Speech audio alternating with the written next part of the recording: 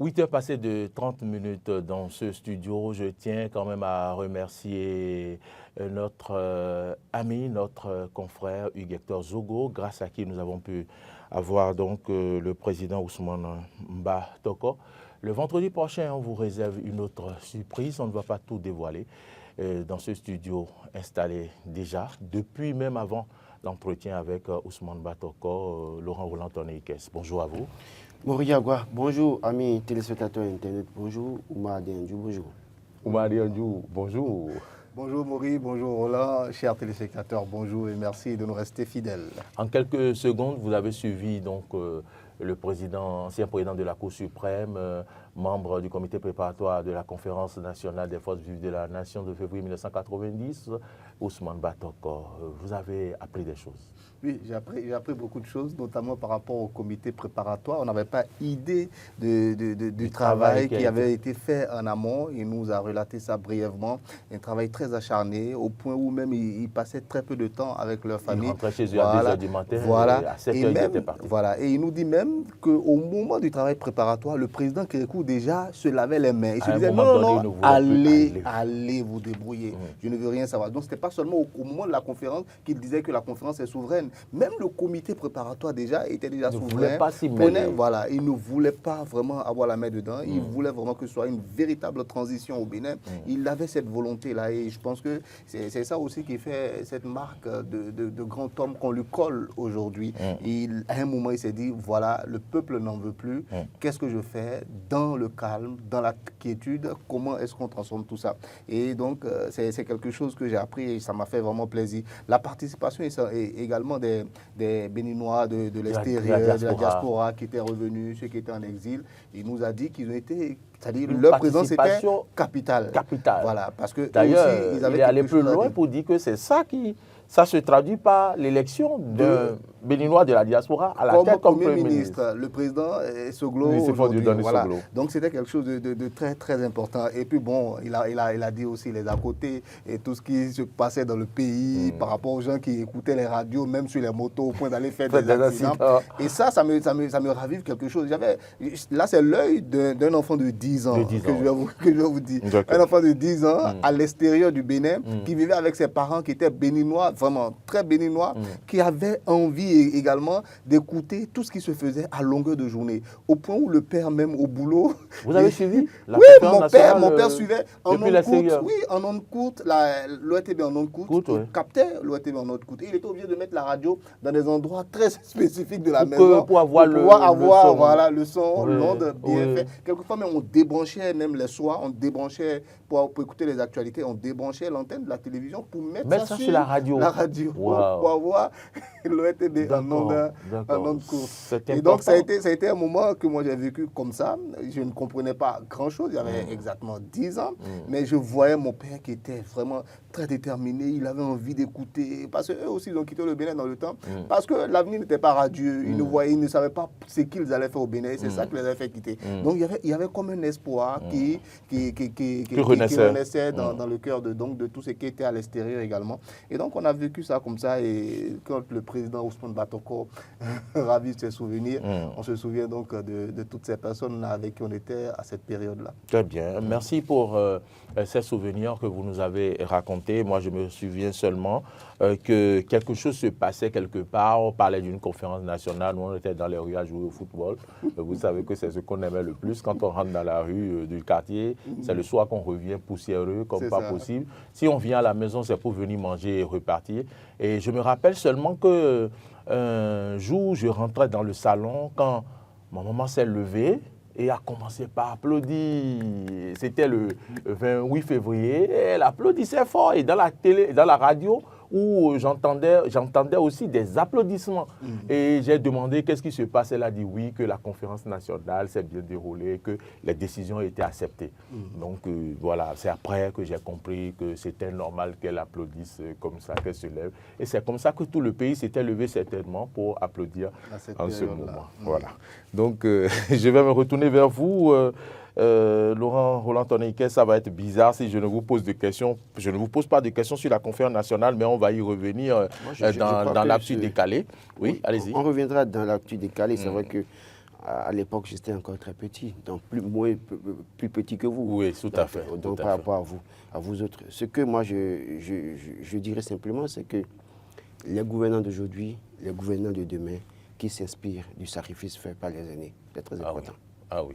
Merci pour ce message. On va directement aller à la une des quotidiens. Allons par exemple à la une de Matin Libre, ou du moins le titre qui m'a impressionné, c'est bien Fraternité. À la une de Fraternité où on nous dit que les ministres conseillers ont visité, comment ils ont appelé ça, le miracle industriel béninois. Laura Rolatoriquez.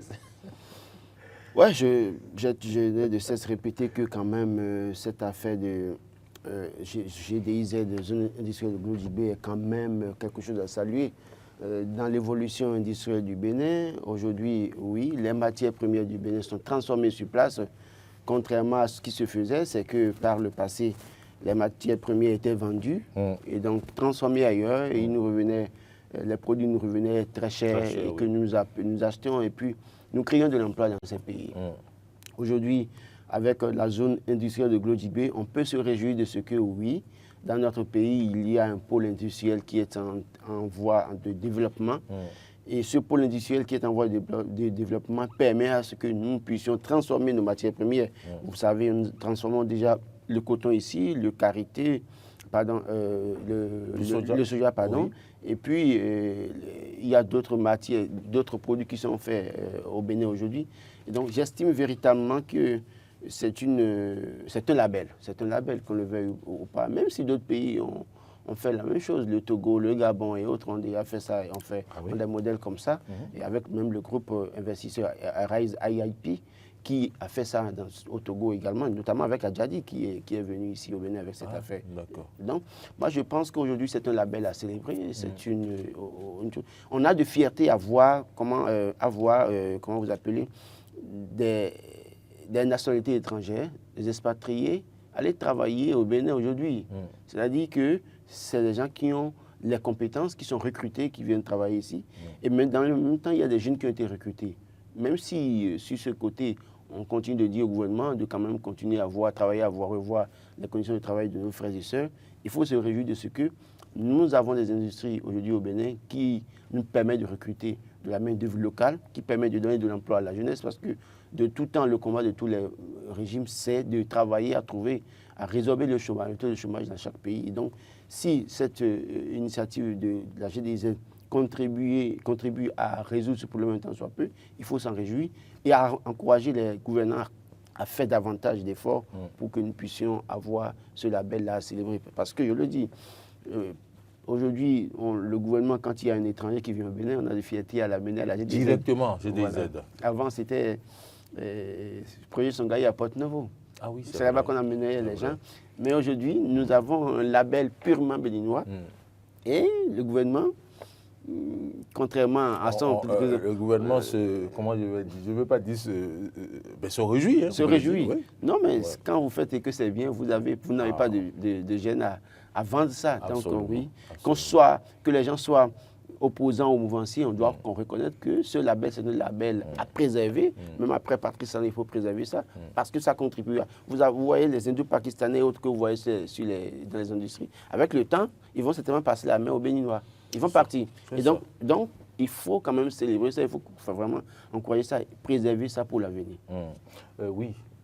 Oumar Adéanjou, un label quand même qui séduit et qui fait parler de lui. Finalement, les 12 ministres conseillers ont visité la GDIZ et il paraît qu'ils étaient émerveillés. Oui, apparemment, ils étaient très épatés. Comme tout le monde, moi, j'ai découvert la GDIZ pour la première fois. Bon, on entendait parler dans le pays. Vous avez déjà visité? Je n'ai pas encore visité, mais je passe souvent devant. je vois le grand portail. Vous l'avez mieux vu avec, j'ai rien vu. Mais non, j'ai vu beaucoup. Ah bon? En passant devant? Ce que je vous dis. La première fois que moi j'entends parler de la GDIZ, j'étais assis dans mon salon, je regardais le journal de TF1, la première chaîne généraliste de France. Et je vois, on parle du Bénin, mais j'étais émerveillé. Mais je ne sais pas, il y avait une fierté qui était montée en moi. Donc vous avez suivi ce qui se passe à la GDZ depuis votre salon. Voilà, et c'était là encore au début. Et là, très tôt aussi, il y a eu des critiques. On m'a dit non, mais ces gens de reportage là, ça peut être initié, tout ça. Bon, comme je suis dans le domaine, tout de suite, ça m'a refroidi aussi. Je me suis dit oui, c'est pas faux, ça peut être, voilà. Mais au fil des jours, avec tous ceux qui vont, voilà, on a vu le président Tsoglo aller là-bas et changer de langage du jour au lendemain. Voilà, donc vous voyez un peu. Donc moi, je pense que vous avez été un peu gêné par l'expression, je vais dire... Non, pas gêné. Non, je n'étais pas gêné en fait. J'ai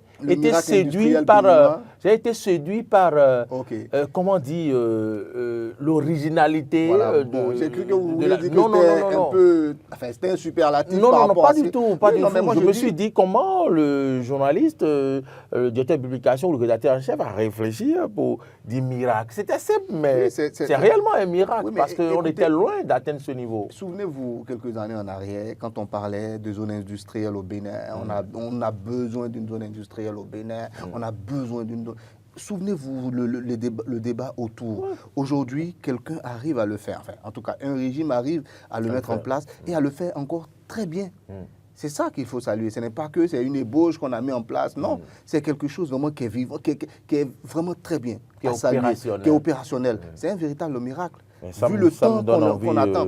Tout ce qu'on peut souhaiter, c'est que d'autres régimes, à la suite de celui-ci également, fassent encore d'autres miracles de ce genre-là. Parce que ceci, c'est extraordinaire et il faut le reconnaître. Très bien, merci. Oui. J'ai eu la chance de visiter là.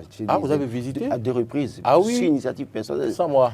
Bon, écoutez, moi j'ai pris l'initiative personnelle d'aller voir parce que quand vous voulez parler, il faut quand même avoir la preuve de ce que vous voulez dire. Moi j'ai été visiter la GDZ 2 fois. La première fois, je suis parti là-bas, j'ai cherché à comprendre un peu comment ça fonctionne. J'ai vu les unités de production, j'ai fait le tour, les gens m'ont fait faire le tour de la maison, j'ai vu. J'ai vu le plan, tout ça là, et tout ce qui est prévu. L'autonomie énergétique de la maison. Et d'ailleurs, les noix de cajou qui seront transformées en réalité, même les déchets seront transformés autrement pour produire de l'énergie ou parfois du compost pour l'agriculture locale. Donc, après, j'étais parti, j'ai été surpris de voir un député qui était venu avec des jeunes, également pour faire visiter la GDZ de ces jeunes-là. Je crois que quand on s'approche, et d'ailleurs on a pu voir tout récemment les députés, toute la catégorie confondue, opposants aux mouvanciers et mouvanciers, tous partis. On n'a pas vu un député de l'opposition venir critiquer quoi que ce soit. Ça veut dire qu'en réalité, aujourd'hui, c'est un label que nous devons tous préserver. Mais on ne les a pas vu apprécier non plus. Non. Mais quand c'est bon, on peut le dire. S'ils sont comme on le dit chez nous. Vous savez, vous connaissez bien le fort des politiciens dans notre pays. Quand ils sont opposants, c'est que quand c'est bon, on ne parle pas. D'accord. C'est quand c'est mauvais qu'on trouve à redire, le plus souvent. Donc, c'est ça. Donc, s'ils n'ont pas parlé, comprenez que oui, même eux, ils ont apprécié. Sauf que, bon, ils aspirent un jour à avoir le pouvoir pour gérer ça. Parce que, quand même, vous savez la manne que ça peut drainer. Pas seulement gérer, ils n'ont qu'à construire aussi d'autres. On veut que le pays non, il y a un fait sur lequel, pas sur la GDZ, moi j'ai dit clairement que oui. C'est à saluer, c'est à célébrer, à préserver. Mais moi, j'aurais aimé qu'après, on essaie de délocaliser certaines unités de production. Parce que si nous devons transformer le cajou, par exemple, dans la zone des collines, nous donnerons de l'emploi à ces jeunes des collines. Quand nous allons transformer le soja à Banikwara ou à Kandi, par exemple, ce sont ces jeunes-là, ces régions qui produisent beaucoup plus la matière première. Ces jeunes-là auront du boulot. Parce que le plus souvent, quand vous voyez ce qui se passe aujourd'hui, c'est les jeunes de Cotonou, Kavi et autres là, qui ont eu la chance d'avoir ce boulot. Par contre, dans ces régions-là, ces jeunes-là sont oisifs la plupart du temps, et ce sont ces jeunes-là que les djihadistes viennent embobiner pour entraîner dans tout ce que nous savons là. Donc, nous allons pouvoir réfléchir à voir dans quelle mesure est-ce que dans 5 ans, dans 10 ans, nous allons délocaliser certaines unités de production. Quand je prends l'ananas, par exemple, quand on fait une unité de production d'ananas à Alada, par exemple, c'est pour la région. Quand on fait une unité de production de transformation de tomates, à Commencer, une zone qui produit assez de tomates au point où parfois on verse la tomate au bord de la voie et on ne sait pas comment conserver ça. Donc, je crois que en dehors de ce qui est fait là, les prochaines fois où les gens doivent faire des initiatives comme ça, réfléchir à voir comment délocaliser ces unités de production pour permettre à ce que les jeunes qui sont dans cette localité-là aient de l'emploi, parce que vous n'allez pas dire un jeune qui est à Banikwara ou à Kandi de venir travailler à l'unité de production où on transforme le coton à GDZ ici, avec le salaire qui, pour le moment, fait polémique, et avec le coût de la vie à Cotonou, à Bourg-et-Clavis, c'est parfois difficile. D'ailleurs, même difficile pour ces jeunes-là. Donc, moi, je pense qu'au-delà de ce que nous célébrons, ça, nous allons inviter le gouvernement actuel qui est en train de finir, s'il y a d'autres choses à faire, de voir comment est-ce qu'on peut délocaliser certaines unités de production. Et maintenant, ceux qui viendront après si quelqu'un prend le pouvoir à partir de 2026, que la personne comprenne qu'il y a des choses qu'on peut délocaliser pour permettre aussi à viabiliser ces zones, parce que le plus souvent, tout est concentré, malheureusement, dans la partie méridionale du Bénin. Oui. Tout pratiquement est concentré ici. Les gens produisent là-bas et nous Est-ce que ce n'est pas parce que l'électricité est plus... Non, il y a des unités de production d'énergie qu'on peut installer dans ces localités. Au-delà de l'énergie... Parce que quand la centrale électrique de Mayaglita, par exemple, on peut faire quelque chose comme ça à Parakou ou à Natingo, pourquoi pas.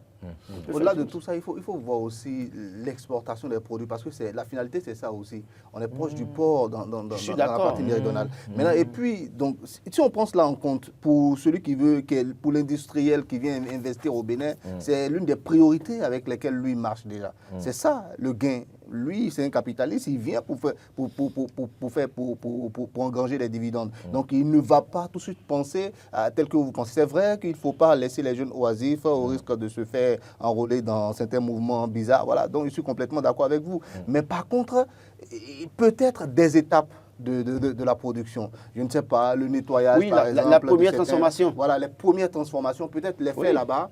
Et ensuite, pouvoir les convoyer. Ne pas convoyer juste les produits bruts vers ici. Maintenant, les préfets déjà, et puis peut-être venir ici, les finaliser pour que le fret, le transport, toutes ces choses-là soient un peu plus faciles. Pendant que Laurent, pendant que vous parlez, j'ai réécouté ce que disait Laurent par rapport à la transformation, à la création d'industries plus au nord. Et ça m'a rappelé un constat.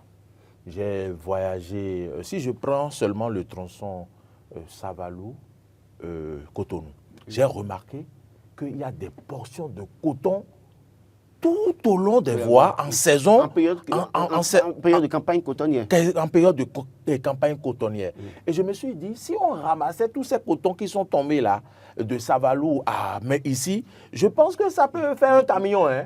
Je ne sais pas, j'aurais pu filmer. Il y a souvent ces zones dans lesquelles... J'aurais pu filmer, malgré le fait que les gens couvrent les camions. C'est des comment on dit, ils font des balles. Non. Pour les balles, il n'y a pas de coton qui tombe. Parce que c'est tellement emballé. D'accord. Donc, en fait, c'est quand on met directement le coton dans les camions. Du coton, du champ vers l'usine de grunage.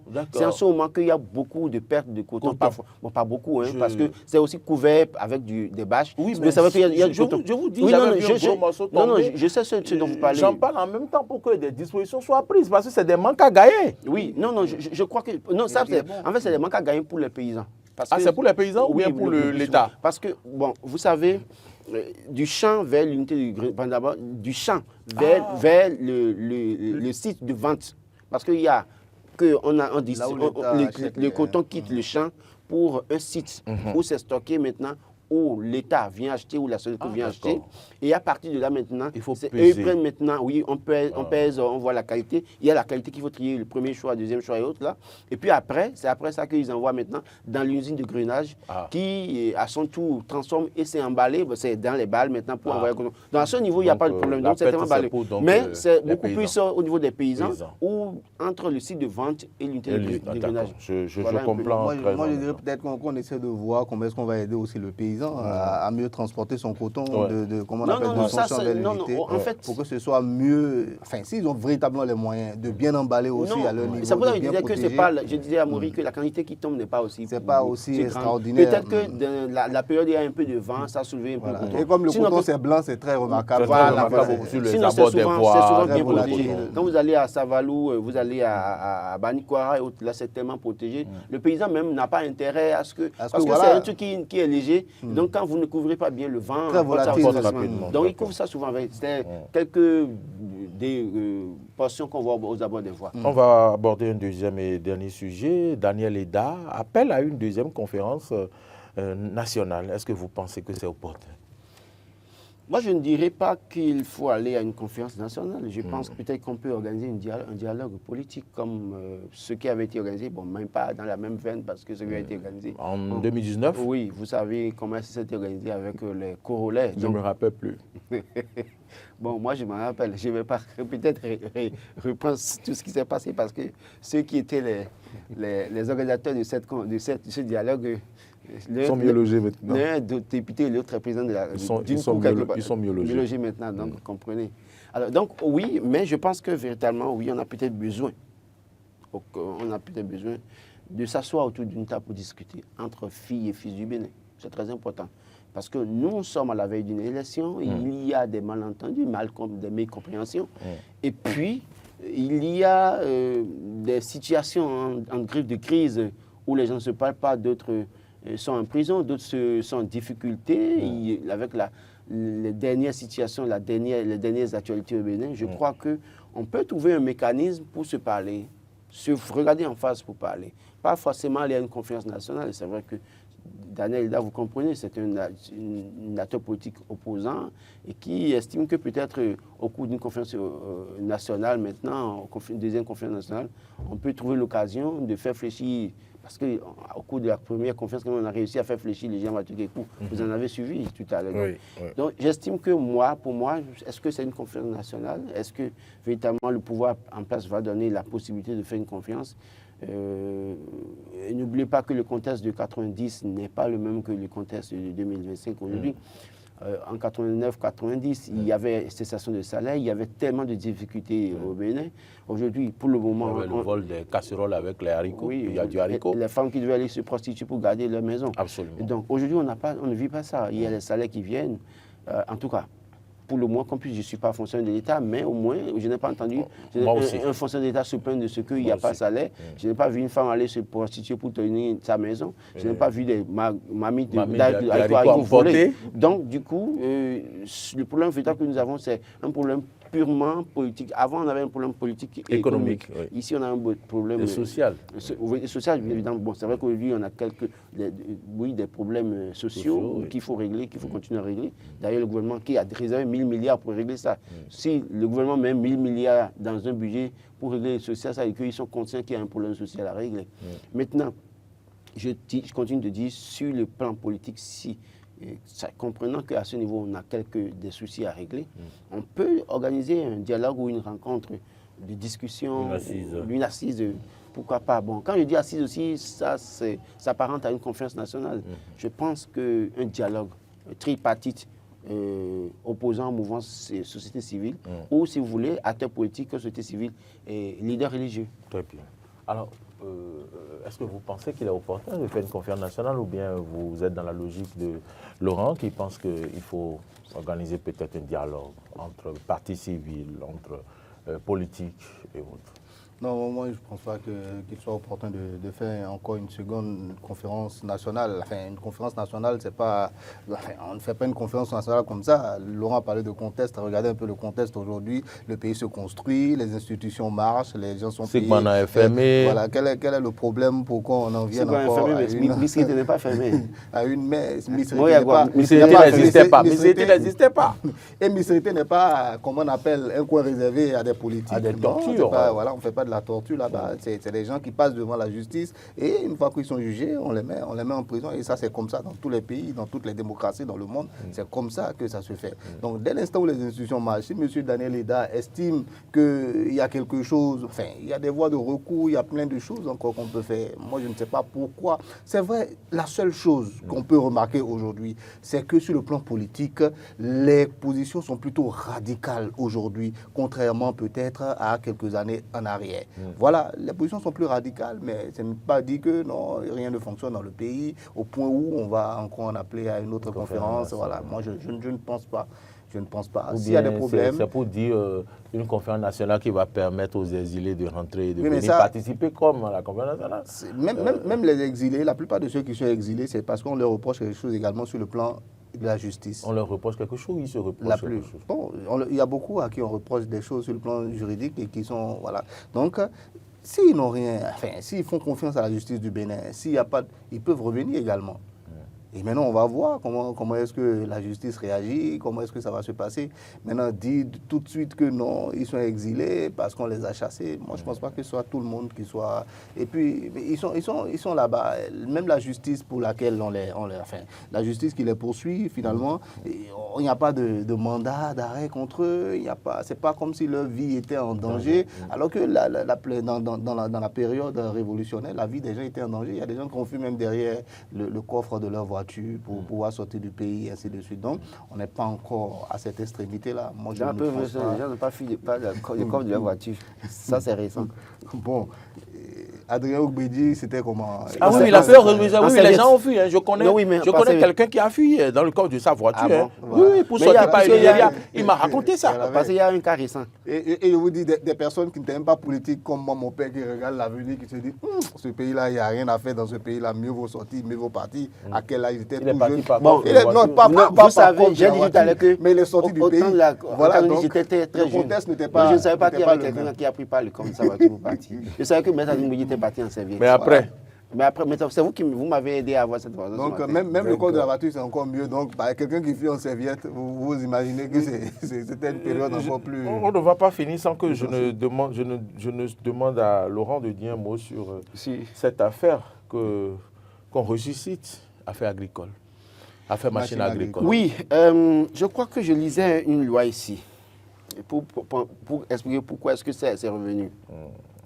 La loi numéro 2020-23 du 29 septembre 2020, modifiant et complétant ici la loi numéro 2012-15 du 18 mars 2013, modifiée portant code de procédure pénale en République du Bénin. En son article 8, il est écrit que les crimes économiques, les crimes de guerre, les crimes contre l'humanité et les crimes de torture sont imprescriptibles. Ça veut dire quoi? Ça n'a pas de délai. Donc, si vous le faites aujourd'hui, ça peut revenir dans 20 ans. Ça peut revenir dans 15 ans. On vous interpelle sur le sujet. Pourvu que vous ne soyez pas en vie, parce que vous savez que celui dont on parle était quand même le deuxième personnage à la limite, pour ne pas dire deuxième personnalité, parce que c'est lui qui ravit la vedette à Vlavonou. Et donc, peut-être qu'en ce moment, on n'avait pas trouvé la possibilité. Maintenant, priez toujours pour ne pas être en difficulté. Parce que dès lors que vous êtes en difficulté une fois, on vous ressort tous les deux problèmes. Je pense que c'est ce que va subir le recours. Attendons de voir quelle sera la suite. Mais la loi est claire, c'est-à-dire ces crimes-là, c'est parce que j'ai cherché à savoir, si vous permettez. Bon, moi, je crois que c'est ce qui lui arrive. Voilà. C'est ça. Vous avez envie de dire un mot? Non, pas sur la loi, mais je n'ai pas trop envie de m'attarder sur le commentaire très politique. Mais sur la loi, par contre, je suis très d'accord quand on parle des crimes économiques, des crimes de torture. Vous trouvez que le commentaire est politique? Non, mais bon, moi, je vais faire le commentaire par rapport à la loi. C'est-à-dire que je suis complètement d'accord que ces crimes-là ne soient pas imprescriptibles. Vous avez dit. Imprescriptibles. Voilà, soit imprescriptibles. Voilà, je suis complètement d'accord. C'est-à-dire qu'il n'y a pas de délai. Il y a certains crimes, par exemple, à partir peut-être de 10 ans, en fait, pour expliquer ta tête, voilà, quand on dit imprescriptible, ça veut dire qui ne peut être supprimé, enlevé par un délai, qui ne peut être enlevé dans un délai, qui ne peut jamais être supprimé. Donc, à tout moment, par exemple, quand on écoute l'actualité internationale, beaucoup, par exemple, il y a certaines personnes qu'on accuse de viol et qu'on dit non, ça date de plus de 10 ans et on ne peut plus rien lui faire. Bon, ça, on peut encore comprendre. À 10 ans, les mœurs n'étaient pas les mêmes, les manières de draguer n'étaient pas les mêmes. Donc, il ne faut pas prendre ce contexte-là pour venir juger. Ça, on peut comprendre. Mais quelqu'un qui a volé l'argent de l'État, qui a volé des millions, des milliards même peut-être. Moi, je veux que ce soit imprescriptible. Je veux qu'on puisse le juger, même à 90 ans, s'il est encore vivant et que c'est là qu'on découvre, qu'on puisse le juger, ne serait-ce que reprendre ce qui appartient à l'État, afin que ces ayants droit n'en bénéficient pas gratuitement, alors que leur père n'a pas travaillé pour. Moi, je suis complètement d'accord que ces gens de crimes-là, on puisse véritablement les rendre... Donc, alors, pour revenir à votre appréciation de mon commentaire, moi, je reviens en fait, non, moi, c'est lui qui me posait une question. Oui, non, je me permets de revenir là-dessus pour dire quoi? Ceux dont on parle, ceux dont il est question, on les a vus de 2016 à aujourd'hui. Personne n'a sorti ce dossier. D'accord? Et ceux dont on parle a été dénoncé sous Boni Yahi.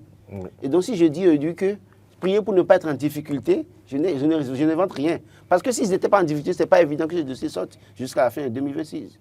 Donc, c'est pour ça que je parle pour dire, en réalité, il y a encore aussi d'autres personnes qui sont là maintenant aujourd'hui, qui ont des dossiers comme ça, ça ne va pas sortir. Donc, selon les contextes, les choses peuvent être suscitées et donc oui, c'est ça. Donc, voilà, donc, selon les contextes, on peut ramener du frigo, du placard, votre cadavre à tout moment, et puis vous devez répondre. C'est de ça que je parle. Non, mais c'est pas un commentaire politiquement politique. Voilà, moi je dirais tout simplement qu'on aille au-delà de tout ça, qu'on juge véritablement, que la justice fasse son travail comme cela se doit. Quand les gens ont des informations, qu'ils le fassent savoir très tôt, quelle que soit la position donc, de la personne soupçonnée, quel que soit son niveau dans la hiérarchie, on va dire, de l'appareil d'État, il faut pouvoir à un moment dire, voilà, il y a eu telle personne que la loi peut frapper, nous déposons plainte, ou bien en tant que procureur, ou bien en tant que, je ne sais pas moi, et comment on appelle, membre de la chaîne de la justice, je viens, je veux faire un travail sur telle personne, parce qu'à une certaine période, je le soupçonne de ceci. Donc, il ne faudrait pas que ce soit au moment où les gens sont en disgrâce seulement. Il y a aussi d'autres dossiers, dossiers Sensad et tout ça là. C'est ce que vous oui, j'ai compris, j'ai bien suivi. Très bien. Je crois qu'on va prier que tout aille pour le mieux. Tout aille pour le mieux. Voilà, mesdames, messieurs, nous avons fini donc le débat en ce qui concerne la deuxième partie de cette émission, puisque la première partie était consacrée au souvenir de la conférence nationale où nous avons reçu au téléphone Ousmane Batoko, ancien président de la Cour suprême, membre du comité préparatoire de la conférence nationale des forces vives de la nation de février 1990.